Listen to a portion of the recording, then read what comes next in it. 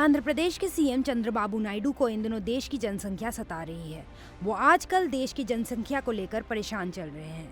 ये चिंता उन्हें इसलिए हो रही है क्योंकि इस समय आंध्र प्रदेश राज्य के कई जिलों के गांवों में सिर्फ बुजुर्ग ही बच गए हैं और दक्षिण के कई राज्यों में प्रजनन दर लगातार गिरता जा रहा है। इस वजह से उन्होंने एक ऐसा ऐलान कर दिया जिससे लोग ज्यादा बच्चे पैदा करने के लिए आगे आएंगे। इसीलिए सीएम चंद्रबाबू नायडू ने कहा कि राज्य में विकास दर बढ़नी चाहिए।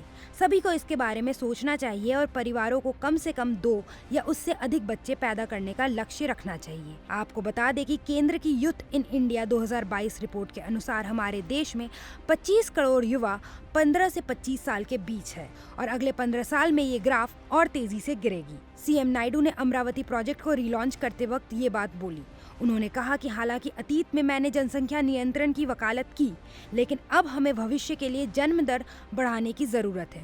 उन्होंने इस दौरान ये ऐलान भी किया कि राज्य सरकार एक कानून लाने की योजना बना रही है जिसके तहत केवल 2 या उससे अधिक बच्चों वाले लोग ही स्थानीय निकाय चुनाव लड़ सकेंगे। नायडू इसलिए ऐसा कर रहे हैं क्योंकि देश में औसत प्रजनन दर 2.1 है, जो कि चिंता का विषय है। वहीं दक्षिण राज्यों में ये दर और कम है, वहाँ ये आंकड़ा गिरकर 1.6 तक पहुँच गया है। वहीं केंद्र की यूथ इन इंडिया 2022 रिपोर्ट के अनुसार 2036 तक देश की 34.55 करोड़ आबादी ही युवा रहेगी, जो अभी 47% से ज्यादा है।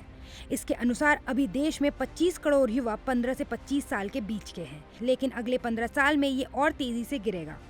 संयुक्त राष्ट्र जनसंख्या कोष की इंडिया एजिंग रिपोर्ट 2023 की माने तो साल 2011 में भारत में युवा आबादी की औसत उम्र 24 साल थी, जो अब 29 साल हो गई है। वही 2036 तक भारत में बुजुर्गों की संख्या 12.5%, 2050 तक 19.4% और सदी के अंत तक ये 36% तक पहुंच जाएगी। इसी वजह से सीएम नायडू ने अपने जन संबोधन के दौरान लोगों को ज्यादा बच्चे पैदा करने के लिए प्रोत्साहित किया।